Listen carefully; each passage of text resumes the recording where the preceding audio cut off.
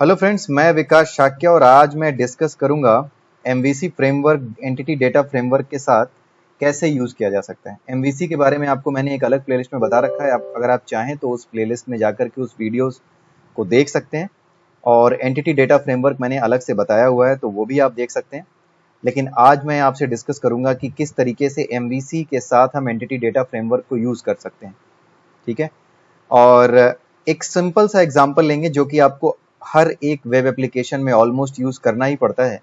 अगर आप किसी भी ऐसी वेबसाइट को बनाते हैं जो यूज़र्स को लॉगिन करने या फिर यूज़र्स को लॉग इन लॉग आउट के अलावा यूज़र्स को रजिस्ट्रेशन करने का ये सारे फीचर्स देती हैं, क्योंकि नॉर्मली बहुत से ऐसी रिटेल वेबसाइट्स होती हैं जो कि लॉग इन लॉग आउट करने के लिए आपको फीचर्स देती ही देती हैं।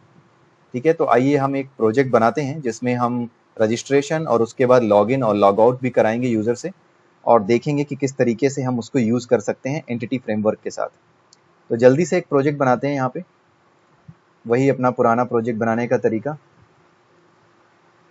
टेस्ट वेब ऐप नाम रखते हैं सिंपल सा, और लोकेशन आप अपनी मर्ज़ी से चूज़ कर सकते हैं। एमवीसी एप्लीकेशन क्रिएट करना है।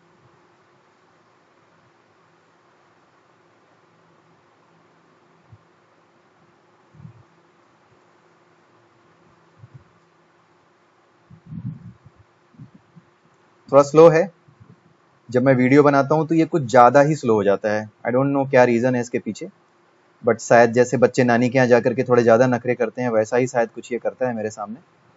बट एनीवेज आ गया। अब देखते हैं क्या करना है। सबसे पहले तो आप वही अपना एंटिटी फ्रेमवर्क के लिए आप ऐड करने जाइए, न्यू आइटम ऐड कीजिए। देखिए, मैं इसमें आपको जो एमवीसी है उसके बारे में नहीं बता रहा कि एमवीसी क्या होता है, कंट्रोलर क्या होता है, मॉडल क्या होता है, व्यू क्या होता है। कंट्रोलर, मॉडल, व्यू, ये सब जितना भी इसमें ज़रूरी है वो रन टाइम पे मैं बताता जाऊंगा। अगर आपको इसकी बेसिक डिटेल्स चाहिए तो इसके लिए मैंने एक अलग से वीडियो, एक अलग प्लेलिस्ट है मेरी इसी चैनल पे, वहां जाकर के आप उसको रेफर कर सकते हैं। तो आइए देखते हैं क्या कर सकते हैं हम। यहाँ पर आते हैं, सबसे पहले डेटा में एंटिटी डेटा मॉडल यहाँ पे हम यूज़ करते हैं, और इसका नाम रखते हैं एंटिटी। यहाँ पे हम इसका नाम रखेंगे लॉगिन एंटिटी कॉन्टेक्स्ट। ठीक है, ये नाम रखा, ऐड किया, और हम यहाँ स्कीमा फर्स्ट का यूज़ करेंगे, वही पुराना तरीका। अगर आपने मेरे एंटिटी डेटा फ्रेमवर्क वाले वीडियो नहीं देखे हैं कैसे उसको यूज़ किया जाता है, तो आप एक बार जाकर देख लीजिए, क्योंकि उसके बाद ही ये ज़्यादा अच्छे से आपको समझ में आएगा। Just put a dot, server name में डॉट रखने का मतलब होता है करंट सर्वर नेम को मैं रेफर कर रहा हूँ। उसके बाद जो मेरा डेटाबेस है उसका नाम है क्लाइंट डीबी, और टेक्स्ट कनेक्शन सक्सीडेड, ओके कर देते हैं। यहाँ पर नाम चेंज हो जाएगा, यहाँ पर हम इसका नाम रख देते हैं टेस्ट एप्लीकेशन कॉन्टेक्स्ट। ठीक है, थोड़ा अच्छा सा लगेगा, नहीं तो बड़ा अजीब सा आता है। यहाँ पर हम आते हैं, उससे पहले मैं आपको दिखा देता हूँ कि मैं किस डेटाबेस की बात कर रहा हूँ। ये है मेरा डेटाबेस क्लाइंट डीबी। यहाँ पे मैंने लॉगिन डिटेल्स के नाम से एक टेबल बनाई है, इसमें कोई डिटेल अभी एडेड नहीं है। जब यूज़र रजिस्टर करेगा तो हम यहाँ पर डिटेल्स ऐड होती हुई देखेंगे, तो मैं वही करा रहा हूँ। यहाँ पे आते हैं, हम टेबल में देखते हैं, यहाँ पे लॉगिन डिटेल्स है, इसको हम सिलेक्ट कर लेते हैं और फिनिश कर देते हैं।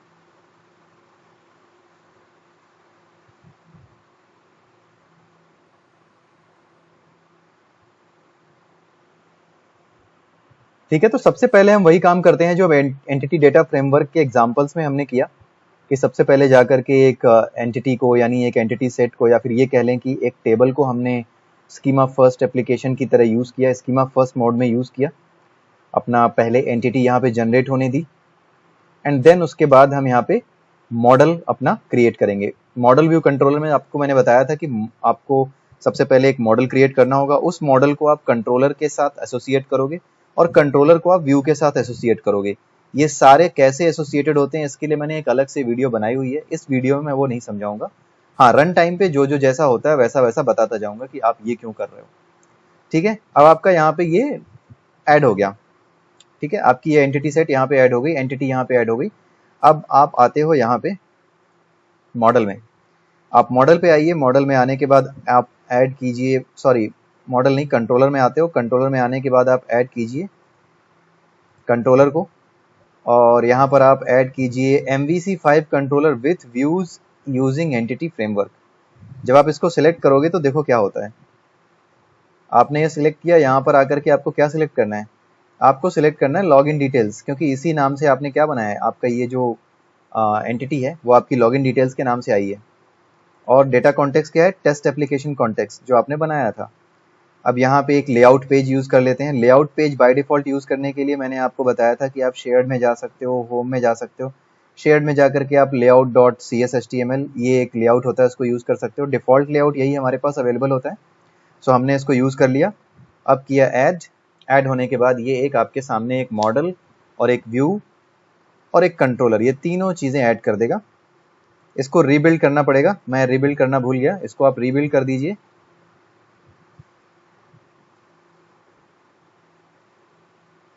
रीबिल्ड करने के बाद आप इस प्रोजेक्ट को दोबारा से आप यहाँ पे आइए, कंट्रोलर्स में आप इसको फिर से ऐड कीजिए एक कंट्रोलर, और यहाँ पे आप वही चीज़ें फिर से कीजिए, लॉगिन डिटेल्स, और उसके बाद आप ले सकते हो टेस्ट एप्लीकेशन कॉन्टेक्स्ट। यहाँ पे लेआउट मैंने पिछली बार सिलेक्ट किया था तो वो यहाँ पे आने लगा। कंट्रोलर का नाम ये होगा लॉगिन डिटेल्स कंट्रोलर, ठीक है। ये अपने आप जनरेट करता है, तो जब व्यू जनरेट कर रहा है तो कंट्रोलर जनरेट कर रहा है तो व्यू भी जनरेट करेगा और मॉडल क्लास भी आपके लिए जनरेट कर देगा। अभी वो सारी चीज़ें आपको जनरेट होती हुई दिखेंगी। एक बार ये हो जाए, ये बच्चों की तरह नखरे बंद कर दे, थोड़ा स्लो से थोड़ा फास्ट हो जाए तो आपको जल्दी से दिखेगा। बिल्कुल, वेरी गुड, यहाँ पे दिख गया। तो आपको यहाँ पर दिखेगा लॉग इन डिटेल्स कंट्रोलर, यहाँ पर ये दिखने लगा। और एट द सेम टाइम आपको दिखेगा यहाँ पर लॉग इन डिटेल्स व्यू के अंदर, ठीक है। व्यू के अंदर आपको यहाँ पर लॉग इन डिटेल्स दिखाई देने लगी, ठीक है। अब यहाँ पर जो कोड जनरेट होना चाहिए वो अपने आप जनरेट हो गया है। आप इसका मतलब देखना चाहते हो कि ये क्या कर रहा है, डिस्प्ले फॉर ये कहाँ से ला रहा है, इसका क्या मतलब होता है एक्शन लिंक का, तो ये सारी चीज़ें आप जा करके वहाँ पर देख सकते हो। गूगल से आप देख सकते हो। इसको पढ़ाने का अलग से टाइम मेरे पास अभी नहीं है, मैं सिर्फ और सिर्फ आपको एक एग्जांपल दे रहा हूँ कि रजिस्ट्रेशन वगैरह की डिटेल्स आप कैसे करा सकते हो, क्या कर सकते हो, ठीक है। तो आप यहाँ पर देख सकते हो जो भी यूज़र्स हैं, आप यहाँ पर रजिस्ट्रेशन करने के लिए मैंने एक गलती कर दी। यहाँ पर मुझे सिर्फ एक सिंगल पेज दिखाना चाहिए था जो इंडेक्स पे दिखे और क्रिएट करे। बेसिकली मुझे सिर्फ यही क्रिएट वाला पेज ही दिखाना चाहिए था कि एक नया यूज़र वो क्रिएट करे, ठीक है, एक रजिस्ट्रेशन हो नए यूज़र की।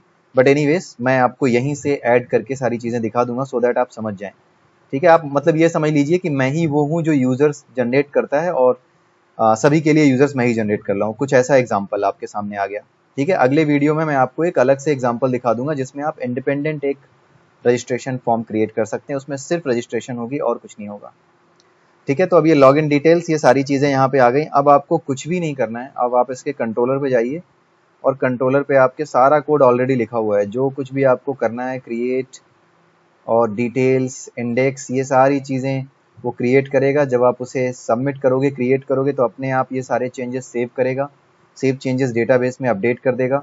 तो ये कुछ भी नहीं करता, सीधे सीधे आपका सारा काम कर देता है, आपको कुछ सोचने की ज़रूरत नहीं है। तो अब आप इस पे आइए, index.html जो लॉगिन पेज का है, इसका नाम आप बदल भी सकते हो, नो वरीज अबाउट इट, आप इसका नाम भी बदल सकते हो।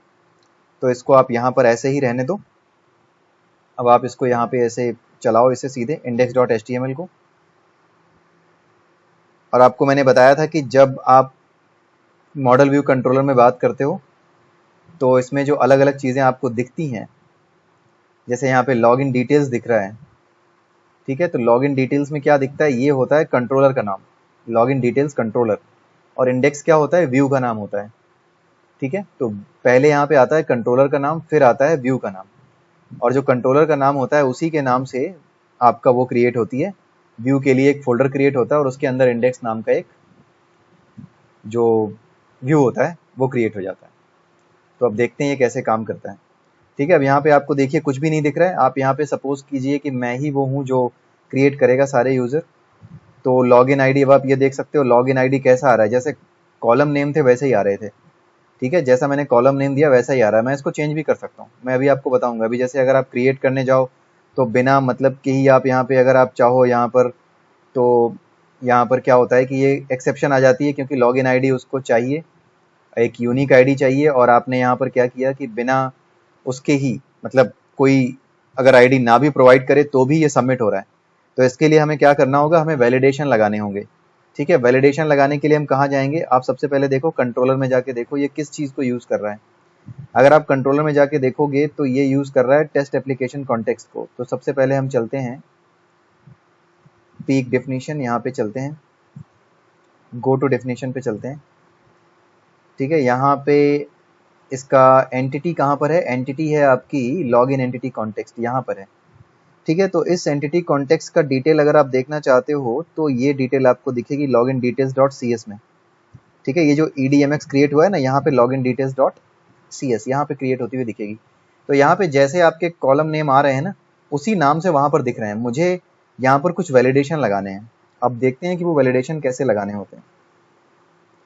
तो सबसे पहले आप वो स्कीमा को अपडेट करने के लिए कंपोनेंट मॉडल को ऐड कर लीजिए using system dot component model dot data annotations, इन चीज़ों को ऐड कर लिया।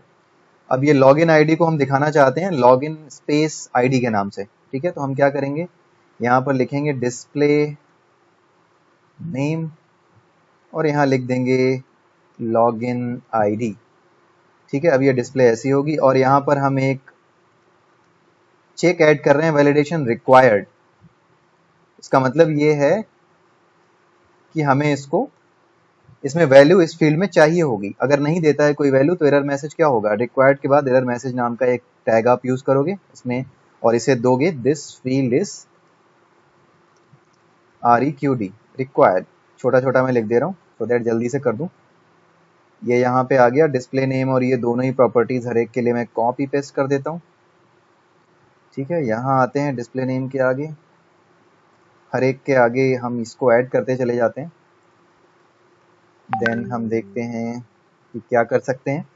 लॉगिन आईडी के बाद अगली चीज़ क्या थी, जिस नाम से वो डिस्प्ले करना चाहता है अपने नाम को, डिस्प्ले नेम वो दे दिया। Error message this field is required, अगर कोई बिना कोई वैल्यू प्रोवाइड किए यहाँ से सबमिट करता है तो ये चीज़ दिखाई देगी। कंट्री, ठीक है, ये भी रिक्वायर्ड है। और यहाँ पे एरर मैसेज है, यहाँ पे इसका नाम क्या है, कॉन्टैक्ट नंबर, इसको भी हमने क्या किया, रिक्वायर्ड कर दिया। और इसके बाद हमने दिया यहाँ पे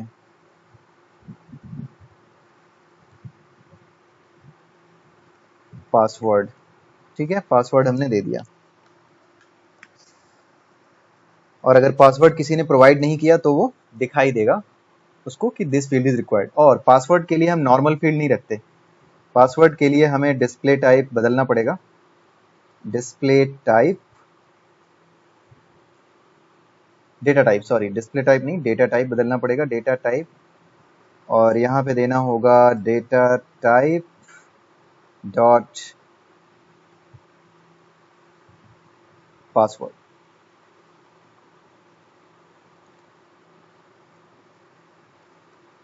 पासवर्ड, ठीक है, तो इस तरीके से ये पासवर्ड की तरह आपके सामने दिखेगा। तो इतनी चीज़ें हो गई। जब आप पासवर्ड प्रोवाइड करोगे तो इस पासवर्ड के साथ वो ऐड हो जाएगा। अगर आप चाहते हो कि यहाँ पे पासवर्ड के अलावा एक फील्ड और हो, जैसे कंफर्म पासवर्ड के लिए भी होता है, तो आपके डेटाबेस में वो वैल्यू हो या ना हो, लेकिन आपको अगर डिस्प्ले करनी है तो you can just do it. यहाँ पे आइए आप, पासवर्ड के बाद आप यहाँ पे लिखिए कंफर्म पासवर्ड और इसका नाम भी बदल दीजिए कंफर्म PASS। ठीक है, अब इसके रिस्पेक्ट में हमें जो आपका ये index.html है जो क्रिएट वाला है, क्रिएट वाले में आप जब नया यूज़र क्रिएट करोगे तो क्रिएट वाले में भी ये चाहिए होगा। पासवर्ड के साथ साथ आपको एक और चाहिए होगा कंफर्म पासवर्ड। तो उसके लिए आप क्या करोगे, उसको पासवर्ड वाले को कॉपी पेस्ट कर लो। कॉपी पेस्ट करने के बाद आप क्या करोगे, यहाँ पे मॉडल डॉट, कुछ नहीं करना आपको, सिर्फ एक छोटा सा चेंज करना है, कंफर्म पासवर्ड, और कुछ नहीं करना। यहाँ पर आप ऊपर देख सकते हो उसने लॉगिन डिटेल्स को अपने आप ऐड कर दिया था स्टार्टिंग में ही। आपने ये कंफर्म पासवर्ड कर दिया और वैलिडेशन आपको कंफर्म पासवर्ड का यहाँ पे मॉडल डॉट कंफर्म पासवर्ड यहाँ पे करना है लास्ट वाले में। और यहाँ पर भी आप क्या करोगे, कंफर्म पासवर्ड करोगे। ठीक है, सारा काम हमारा हो गया। And now we will go to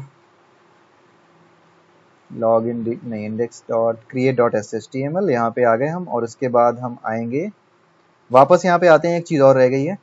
यहाँ पे एक वैलिडेशन आपको ऐड करना है कि ये जो आपका कंफर्म पासवर्ड है वो किससे मैच करना चाहिए, जो पासवर्ड ऊपर प्रोवाइड किया गया है। ठीक है, तो यहाँ पे आप दोगे कंपेयर, और कंपेयर में आप क्या दे दोगे, उस फील्ड का नाम जिसके साथ आपका ये फील्ड मैच होना चाहिए, तो उस फील्ड का नाम क्या है, पासवर्ड। ठीक है, कॉमा लगा के आप दोगे एरर मैसेज, अगर कोई ये नहीं होता तो मैसेज अगर ये मैच नहीं होता तो आप क्या लिखोगे, द पासवर्ड्स डजंट मैच। ठीक है, ये चीज आप लिखोगे। अब ये हो गया, आप इसमें हर चीज देख चुके हो। अब ये हमारा काम करेगा। आप सीधे सीधे आओ index.html पे और इसे जरा प्रिंट करते हैं।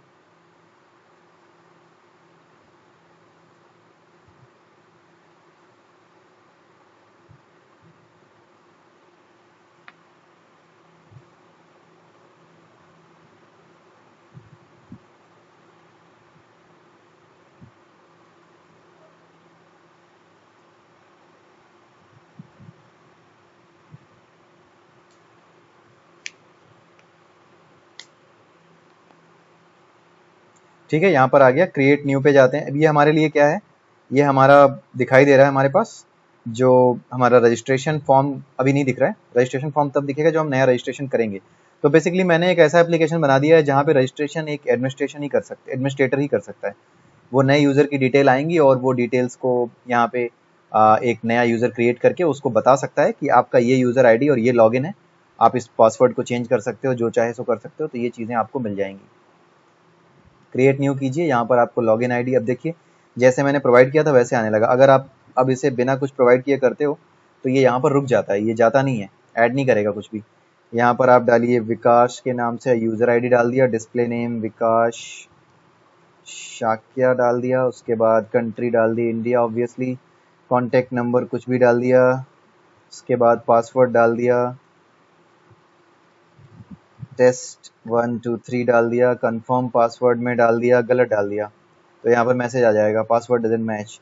यहाँ पर भी आपको सेम डालना पड़ेगा, test123। अब अगर जाते हो क्रिएट करते हो तो फील्ड इज रिक्वायर्ड आ गया, हो सकता है अब ये यहाँ पर ऐड हो गया हो, एक बार देखते हैं।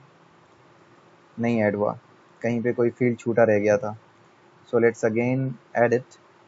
पासवर्ड में हम डाल देते हैं,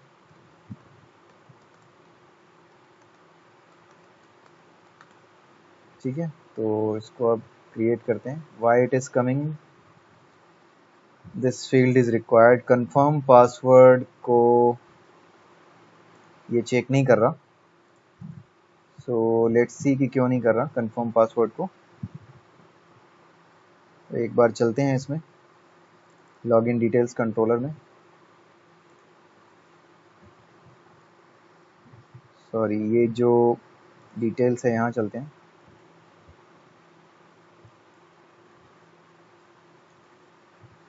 इसको ऊपर देना होगा,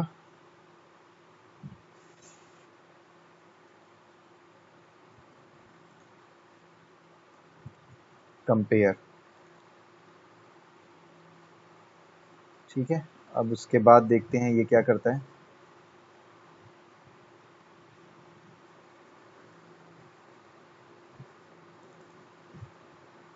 इंडेक्स में चलते हैं क्योंकि इंडेक्स पहला पेज है और उसी को ये रेफर करता है, वहीं पे सबसे पहला जाता है हमारा फॉर्म का एड्रेस। तो यहाँ पे आते हैं,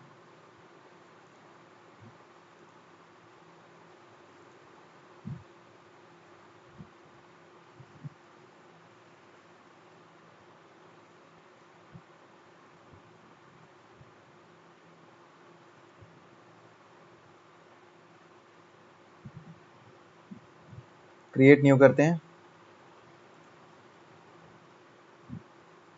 डिस्प्ले नेम कुछ भी दे देते हैं, कंट्री इंडिया, उसके बाद नंबर कुछ भी दे देते हैं, पासवर्ड में डाल देते हैं टेस्ट हेलो 123 डाल देते हैं, और उसके बाद देखते हैं क्रिएट करता है या नहीं। ये अगेन इसमें कुछ प्रॉब्लम हो रही है, सो अभी के लिए हम इसे छोड़ देते हैं जो प्रॉब्लम दे रहा है हमें। सो जल्दी से हम क्रिएट में से भी वो फील्ड हटा देते हैं, कंफर्म पासवर्ड, और वहाँ से भी हटा देते हैं, सो दैट सिंपल सा एक डेटा इंसर्ट करके मैं आपको दिखा पाऊँ। इसके नखरे मैं अगले वीडियो में सॉल्व कर दूंगा, क्यों हो रहा है ऐसा, वी विल सी। ठीक है, तो ये टाइप है इसका पासवर्ड। अब सारी चीज़ें मैंने ऐड कर दी हैं, लेट्स सी कि क्या होता है। रीबिल्ड करते हैं,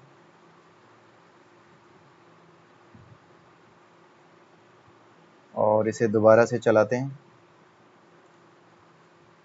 index.html पे जाके आप चलाओ, सो दैट सीधे आप वहीं पहुंचो।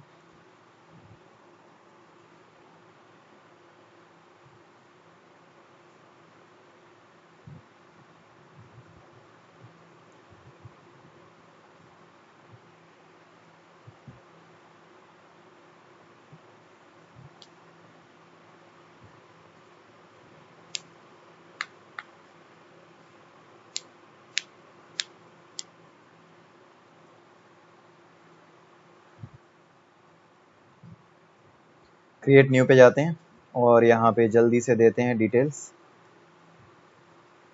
ठीक है, यहाँ पे देते हैं विकास, यहाँ पर दे देते हैं कंट्री इंडिया, देन हम दे देते हैं कुछ भी, पासवर्ड में मैं कुछ भी डाल देता हूँ और क्रिएट करने की कोशिश करता हूँ। एंड लेट्स सी, यहाँ पर आपका जो मैंने पासवर्ड दिया था वो आ गया।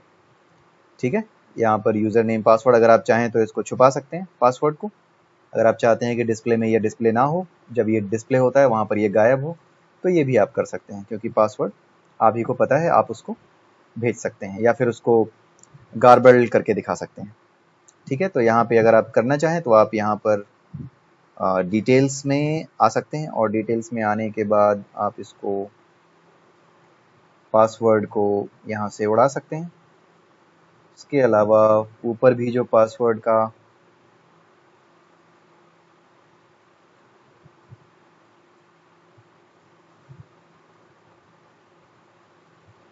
वैल्यू और पासवर्ड का जो टेबल आ रही थी वो दोनों मैंने हटा दिए। टेबल में जो कॉलम आ रहा था और जो वैल्यू दिख रही थी, दोनों को मैंने हटा दिया। और अब देखते हैं, इंडेक्स को ओपन करना था मुझे, मैंने गलत ओपन कर दिया। सो लेट्स सी क्या होता है। यहाँ पे इंडेक्स ही आपको देना चाहिए। लेट्स सी, इंडेक्स ओपन करते ही इंडेक्स ओपन हो जाएगा। यहाँ पर आ गया। अब यहाँ पे आप, मेरे ख्याल से ये इंडेक्स वाला पेज है, उससे हटाना चाहिए था मुझे। So close it. एनीवेज, आप समझ गए कि क्या करना है। सो इंडेक्स पे गए और यहाँ पे ये टेबल हेडर हटा दिया, और यहाँ से मैंने ये टेबल डेटा भी हटा दिया। अब ये नखरे नहीं करेगा and it will work. index.html है, सो ये सीधा वहीं ओपन होगा।